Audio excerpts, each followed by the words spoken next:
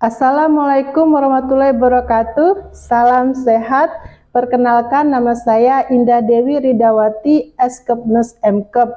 Saya adalah dosen program studi D3 Keperawatan Poltekkes Kemenkes Palembang. Saat ini saya akan menyajikan salah satu persyaratan sertifikasi dosen, yaitu PDD UKT-PT, yaitu pernyataan diri dosen unjuk kerja tridharma perguruan tinggi. Saya akan presentasikan pada hari ini adalah bidang pengajaran dengan mata kuliah keperawatan maternitas dengan metode Delivery Interaction and Assessment.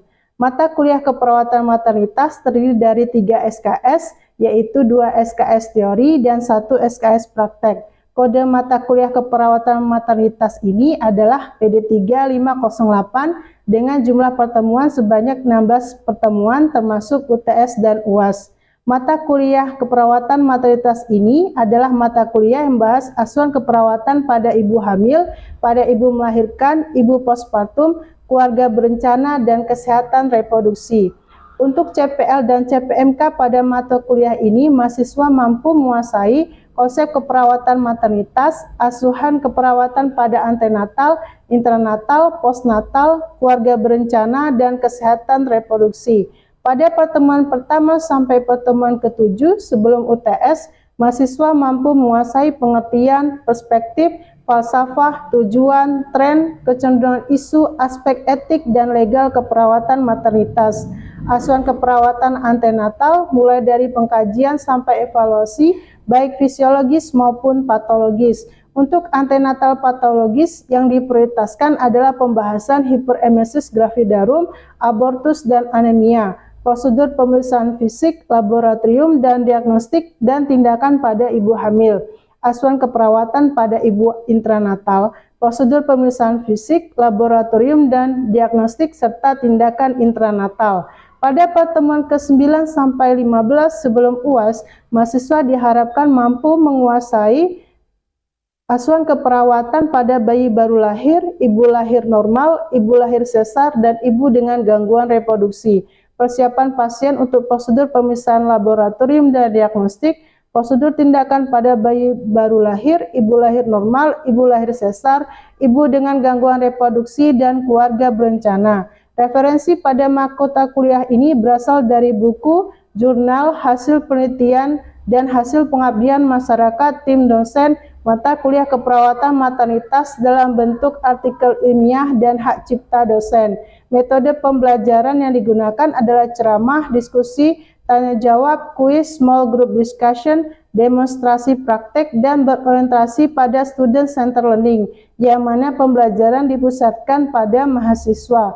Untuk memudahkan proses pembelajaran, kami menggunakan media online berupa AMS, Google Form, Quizzes, dan WhatsApp Group. Bobot penilaian mata kuliah ini terdiri dari UAS 40%, UTS 30%, tugas 20%, sikap 10%, dengan total bobot 100%. Berikut ini adalah penampilan pembelajaran tatap muka di kelas dengan pokok bahasan konsep dasar keperawatan maternitas pada pertemuan pertama. Terima kasih. Assalamualaikum warahmatullahi wabarakatuh. Waalaikumsalam warahmatullahi wabarakatuh. Gimana kabar kalian semua? Sehat, cerdas, semangat. Very good ya. Hari ini adalah pertemuan pertama kita ya. Pertemuan pertama tentang keperawatan maternitas. Sebelumnya saya perkenalkan diri saya sendiri dulu ya. Nama saya Ibu Nes Indah Dewi Ridawati, Eskep Mkep. Saya di sini dosen sekaligus penanggung jawab keperawatan maternitas ya. Baik, sebelum kita mulai, saya absen dulu ya sebentar.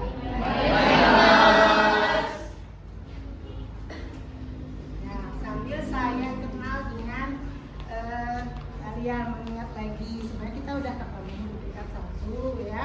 Cuma biar saya lebih ingat lagi ya. Oke. Salwa, Reza, Anisha, Selfie, Nabila Rizky, Deka, Rizka Triutami, Dini Yulistiani, Tandika. Hadir Nurse. Tandika. Dina Yulistiana. Hadir Nurse. Dila Rismaya. Hadir Nurse. Dela Anggraini. Hadir Nurse.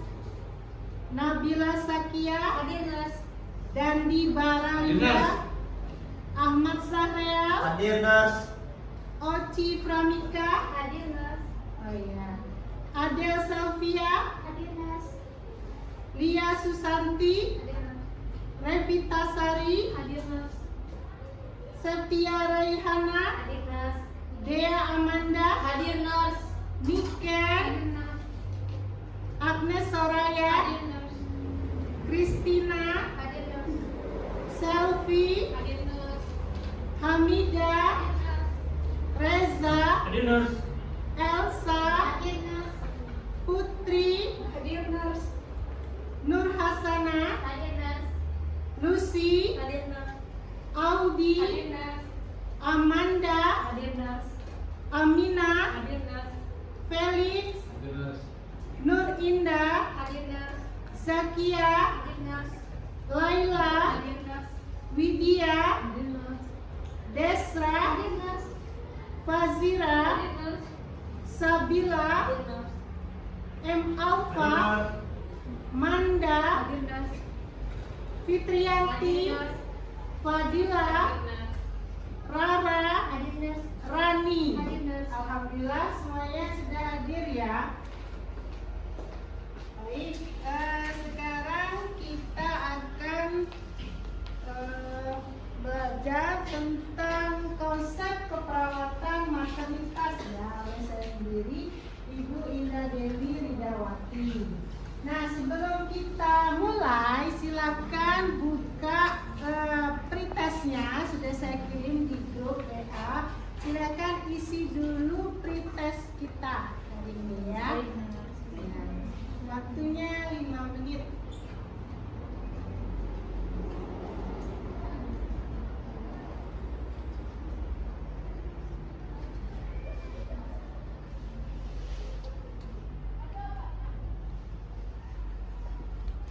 Jika ada kendala, sampaikan ke saya ya. Baik,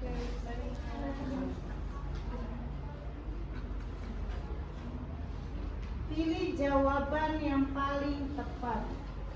Pretest ini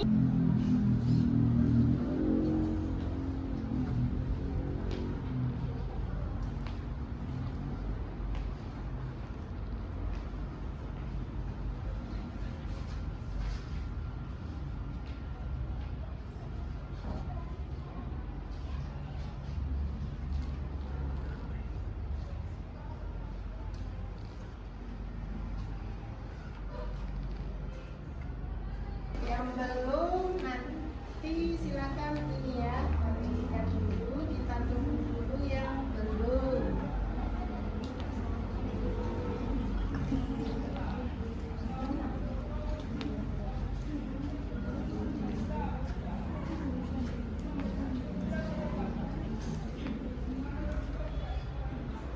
Sudah semua ya. Baik, kita lanjutkan.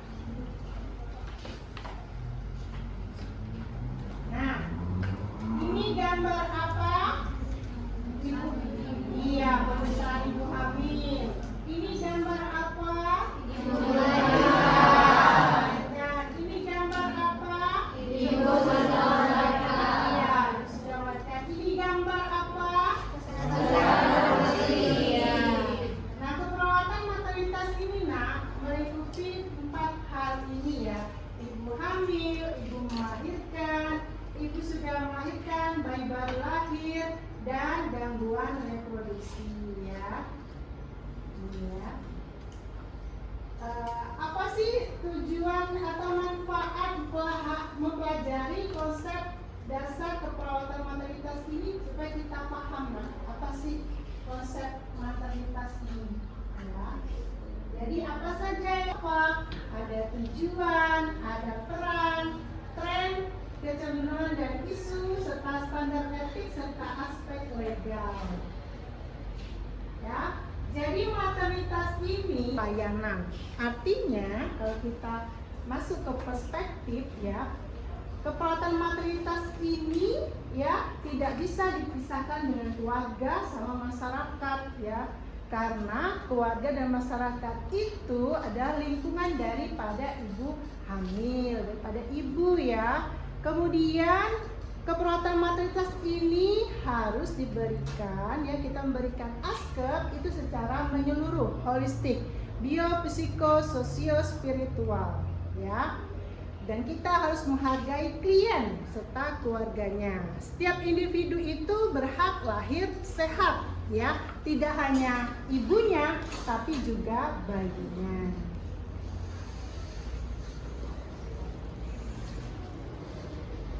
Oke, selanjutnya kehamilan persalinan ya, gangguan kesehatan itu tugas perkembangan keluarga. Kadang-kadang menjadi masalah ya, menjadi krisis situasi ya. Oleh karena itu ya, kita harus paham bahwa hamil kemudian melahirkan itu adalah sesuatu peristiwa yang normal, alami ya. Tuh. Dan awal kehamilan adalah bentuk interaksi dengan keluarga ya. Sikap, nilai, perilaku sehat ya itu dipengaruhi latar belakang budaya, agama, dan kepercayaan. Kok bisa? Kok bisa? Ya nanti kita tes ya. Kemudian memberikan tantangan bagi peran perawat ya. Kemudian juga harus melakukan penelitian supaya ilmu terus berkembang dan mutu pelayanan keperawatan maternitas itu meningkat. Falsafah ya, falsafahnya apa saja ya, kita memberikan ASKEP itu psikososial spiritual ya, menghargai klien, kemudian klien dan keluarga berhak menentukan perawatan untuk dirinya. Merupakan tugas pertumbuhan dan perkembangan keluarga sehingga bisa menimbulkan krisis, menimbulkan masalah ya. Ya, melahirkan itu adalah sesuatu peristiwa yang normal ya. Proses kelahiran membentuk hubungan yang baru yang awalnya belum punya anak ya, kemudian punya anak, maka akan butuh adaptasi yang baru ya. Oke, tujuannya apa? Supaya ibu, janin, bayi, janin yang sudah keluar namanya bayi ya, membantu ibu dan janin serta bayi baru lahir itu sejahtera dan berkembang ya, sesuai dengan tahap perkembangannya. Ini peran keperawatan maternitas, ada advokat membela hak klien, ada edukator ya, mengajarkan tentang kehamilan, proses persalinan, ibarat kita tuh edukasi, penkes ya. Nah, itu namanya peran edukator. Ada juga peran check agent. Check agent itu pembaharu. Dulunya itu kalau misalnya perawatan bayi baru lahir, perawatan tai pusat itu dulunya pakai beta. Tren dan isu keperawatan maternitas. Baik, saya tanya dulu, siapa yang tahu apa itu tren? Saya Nurse. Oh iya, silakan. Namanya siapa? Izin memperkenalkan diri Nurse. Perkenalkan, nama saya Laila Sadi. Izin menjawab Nurse. Menurut saya tren adalah sesuatu yang sedang dibicarakan banyak orang atau sesuatu yang sedang populer, baik berdasarkan fakta atau tidak pada waktu tertentu. Oke, good, very good. Kasih pen untuk fotokopi ya, silakan dibagi, minta tahu pen bagikan slide saya. Nah, kalau contoh tren keperawatan maternitas itu apa? Siapa yang bisa? Saya Nurse. Oh iya, silakan. Kamu silakan. Izin sebelumnya Nurse, izin memperkenalkan diri, nama saya Danika Urahis. Izin menjawab, saat ini perkembangan teknologi sangatlah begitu cepat dalam bidang kesehatan. Hal ini dibuktikan dengan contoh tren keperawatan seperti persalinan sesar, pemeriksaan USG dan sewa rahim. Terima kasih Nurse. Keren sekali. Kita ini sudah belajar ya, karena saya juga sudah memberikan buku bahan ajar ya, bisa dibaca di rumah ya. Tuh. Dan ada tambahan dari saya, itu adalah poin-poin ya yang dibagikan oleh mahasiswa yaitu SIPEN dari keperawatan maternitas. Oke, lanjut. Ya, ini tadi yang disampaikan oleh Tandika, ada USG, ya, ada bayi tabung bahasa kita ya. Di Lubuk Linggau sudah ada ini bayi tabung mulai dari harga 45 juta promonya. Ya. Kemudian ini ada sewa rahim. Ini pasangan suami istri. Negara Amerika itu sudah hal yang biasa, Inggris ya. Ada seorang anak itu berkali-kali keguguran karena rahimnya nggak kuat. Jadi dia ini, ibunya ini prihatin dengan kondisi anaknya, ibunya. Jadi ibaratnya ibunya, neneknya yang hamil cucu, gitu. Ada seperti itu bahkan ya. Kalau di kita masih pro dan kontra ya, belum diizinkan. Kemudian ini ada inseminasi buatan, ya, ini. Ya. Kemudian ini ada Reiki ya. Pakai energi, bisa juga hipnoterapi ya. Hipnoterapi menggunakan sugesti, kita sering pakai ya, hypnobirthing. Kemudian kalau ada nyeri, kita pakai hipnoterapi juga bisa. Ya. Ini tadi sudah, ini tren, ada suatu fenomena yang populer, ya, terkenal ya. Tapi kalau isu itu sifatnya bertentangan atau menimbulkan polemik ya antara individu ya atau sebuah organisasi. Contohnya ini gambar apa nak? Iya, ini spiral IUD ya, intrauterine device yang dimasukkan ke dalam serviks perempuan untuk mencegah kehamilan. Kita memang menganjurkan perempuan yang sudah menikah dan menjalankan anak itu menggunakan IUD karena IUD ini tidak mengandung hormon, ya kan? Jadi tidak bikin efek samping gemuk, tidak berefek samping tumor dan lain sebagainya. Tetapi ada masalah lain. Apa itu? Budaya ya. Ada yang nggak boleh, namanya menghentikan kehamilan itu nggak boleh gitu. Ada yang seperti itu ya. Jadi kontra ya. Kemudian nih ya, dengan IUD ini sebenarnya bisa dicegah ya, pemerintah juga lebih enak atau penduduk yang nggak terus melonjak gitu. Tapi ada yang tidak setuju gitu. Nah, selanjutnya adalah konseling genetik ya. Jadi konseling genetik sekarang sudah maju ya. Bayi di dalam kandungan ya, bayi di dalam kandungan itu sudah bisa kita tahu dia dapat keturunan apa, terutama penyakit-penyakit yang ABK, berkebutuhan khusus, contohnya Down syndrome ya. Jadi selanjutnya bisa BSG, amniocentesis ya. Kemudian pasti mahal harganya ya. Nah, ini adalah hasil karya saya, namanya aplikasi Ciri Baper.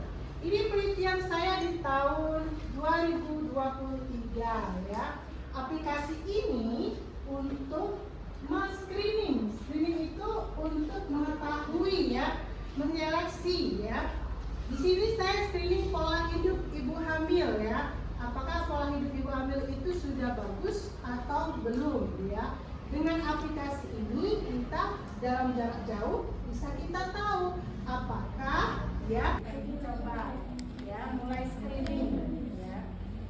Silakan diisi nama, usianya ya. Nah ini kalau kita pakai ini, misalnya kita tuh nggak harus ngumpulin ibu hamil. Ibu hamil tuh misalnya di rumah bisa misinya, atau lagi nggak di puskes atau nggak di posyandu bisa ya. Ini itu. Sehingga kita tuh jangan sampai ibu hamil itu mengalami yang namanya preeklampsi ataupun bahkan preeklampsi. Kalau kita udah tahu, oh ini makan hasilnya banyak, nah itu ada apa namanya untuk mengatasi orang-orang tersebut. Ini juga, tapi ini lebih ke hipertensi dalam kehamilan ya. Edukasi menggunakan pertunjukan dan media sosial ya. Ini saya, ini waktu saya penelitian tahun 2022 ya, bersama Ibu Intan. Ini saya melakukan pertunjukan, videonya saya rekam dan saya upload di YouTube. Jadi orang-orang juga bisa nonton di YouTube. Sekarang edukasi itu kan trennya pakai medsos ya, pakai YouTube ya. Nah ini salah satunya saya juga menggunakan YouTube untuk mengupload ya. Ya, banyak orang-orang sekarang pindahnya ke kota ya, sehingga padat penduduk di kota ini. Desanya jarang ya. Ya. Nggak rata ya, penduduknya nggak rata. Ya. Nih, ada yang tahu ini apa? Masih kecil sekali ya, imut sekali ya, tidak menikah. Kalau ini apa? Aborsi. Kemudian angka kelahiran menurun itu karena banyak pakai KB. Kalau dulu ya, banyak anak banyak rezeki. Satu ibu bisa melahirkan 12 bahkan ada ya 12. Main bola 12 ya. Ya. Nah ini penurunan angka kematian ibu juga tinggi. Kesehatan ibu selama hamil, kesehatan janin selama dalam kandungan, asfiksia, BBLR, trauma, tetanus neonatorum ya. Nih, di kota besar itu sudah banyak rumah sakit ya. Ya. Nah, tetapi kalau di kota kecil itu kurang tenaga sehingga banyak yang meninggal ya atau yang komplikasi. Nah, tren dan isu sosial budaya. Ada yang bisa ngasih contoh nggak? Contohnya, yang isu lah di bidang budaya ini apa? Silakan, siapa bisa tunjuk tangan? Contohnya, nih budaya ya yang melibatkan pengetahuan kepercayaan. Contohnya apa? Contohnya ibu hamil, ibu sudah melahirkan nggak boleh makan ya. Makan ikan karena katanya amis ya kan, padahal justru bagus untuk pemulihan tenaga dan kalau ada luka ya hamil itu kan bisa cepat sembuh kalau makan protein. Nah kemudian struktur keluarga, apalagi yang keluarga campuran. Contoh di sini ada nggak cita-cita menikah dengan orang bule? Malu-malu ya, baik laki-laki atau perempuan. Ingat ya, kalau keluarga campuran beda budaya itu akan adaptasinya harus cepat ya, harus kuat ya, karena beda kebiasaan ya, dan itu butuh coping emosi yang baik. Nah, kemudian di bidang ekonomi apa trennya? Ibu harus bekerja. Nih lihat nih, ibunya sudah gendong bayi, terus bawa sayuran. Udah itu dia harus nulis paper. Udah itu dia harus nulis laporan di laptop. Udah itu dia harus masak telur ceplok. Ini tangannya nelpon. Wah, banyak sekali ya. Tangannya ada 1, 2, 3, 4, 5. Kayak gitu ya. Kayak yang di apa tuh? Minggu itu ya.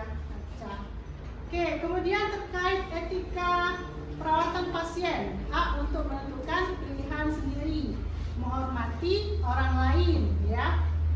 Kewajiban mengerjakan dengan baik, kewajiban untuk tidak melakukan kesalahan, keadilan dalam memperlakukan semua orang, kewajiban untuk menepati janji, kewajiban untuk mengatakan yang sejujurnya, melakukan tindakan terbaik untuk setiap individu. Ini harus dilakukan nak ya dalam merawat pasien. pasien. Bagaimana tentang aspek legalnya? Ada Undang-Undang Nomor 38 Tahun 2012 tentang keperawatan, Permenkes Nomor 26 Tahun 2019, ada lagi Permenkes Nomor 83 Tahun 2019, kemudian Undang-Undang Nomor 36 Tahun 2009, yang terbaru Undang-Undang Nomor 17 Tahun 2023 tentang kesehatan. Oke, apakah ada yang mau didiskusikan? Ya, silakan. Izin perkenalkan diri, Nas. Nama saya Madana Putasari. Izin bertanya, apakah hipnobreathing suatu tren dalam keperawatan? Terima kasih, Nas. Hipnobreathing. Oke, ada yang bisa menjawab? Oh ya, silakan. Baik, terus maaf sebelumnya izin memperkenalkan diri, nama saya Salma Aisyah Namun Disebut. Izin menjawab tes, hipnobreathing itu benar adalah salah satu tren dari keperawatan. Yang gunanya bagian dari metode self hypnosis atau metode hipnotis pada diri sendiri untuk teknik relaksasi Iya. memudahkan ibu pada saat persalinan. Bisa menggunakan musik, video serta kata-kata positif agar menuntut ibu pada berpikir positif pada saat persalinan. Oke, very good. Ada lagi yang mau ditanyakan? Oh ya, silakan. Ini laki-laki yang bertanya ya. Silakan. Maaf sebelumnya Nas, izin memperkenalkan diri. Iya. Nama saya Felix Alifari. Izin bertanya, apakah ada dampak negatif dari kemajuan tren teknologi keperawatan? Contohnya penggunaan aplikasi dan media sosial. Oh ya, apa ya? Ada dampak negatifnya. Ada yang bisa menjawab, Nak? Saya Nas. Oh ya, silakan. Siapa namanya? Maaf sebelumnya Nas, izin memperkenalkan diri, nama saya adalah Anggraini. Izin menjawab, menurut saya tentunya ada dampak negatif dari pengaruh tren teknologi keperawatan. Iya. Misalnya penggunaan media sosial pada smartphone. Itu akan berdampak pada kondisi kesehatan karena mengakibatkan kecemasan, depresi. Bahkan ketika kita terlalu lama melihat aplikasi atau media sosial, mata akan menjadi kering dan pegal. Terima kasih Iya, Nas. iya. Pastinya hebat. Oke, selanjutnya kita isi proses dulu ya. Saya kirim linknya di grup. Silakan jawab. Waktunya 5 menit mulai dari sekarang.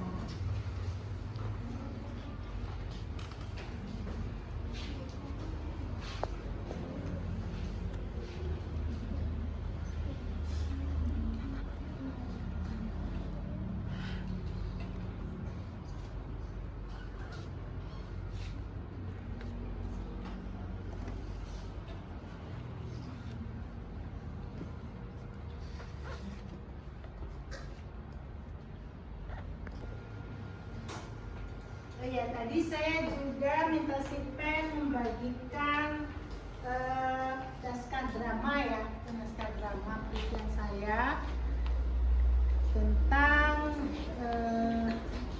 ya buku pahlawan ASI eksklusifku ya.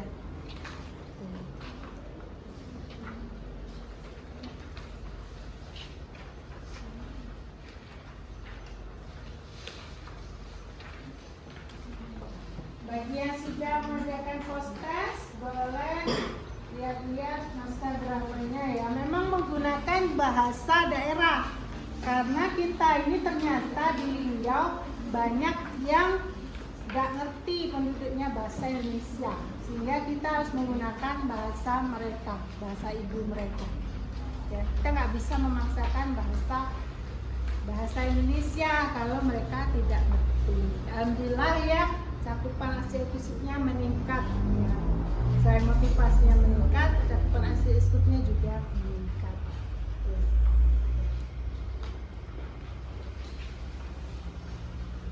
Baik, sampai di sini saja ya pertemuan kita ya.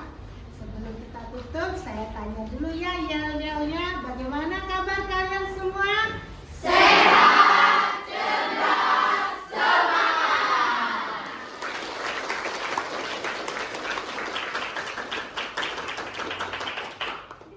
Fokusnya pada kebutuhan adaptasi fisik dan psikologis ibu ya, baik ibu hamil, ibu melahirkan, ibu nifas, keluarganya, bayi baru lahir, dengan menekankan pendekatan keluarga sebagai sentra pelayanan. Dan saya punya oleh-oleh dengan kalian ya. Nah, ini oleh-oleh saya ya. Silahkan cari ya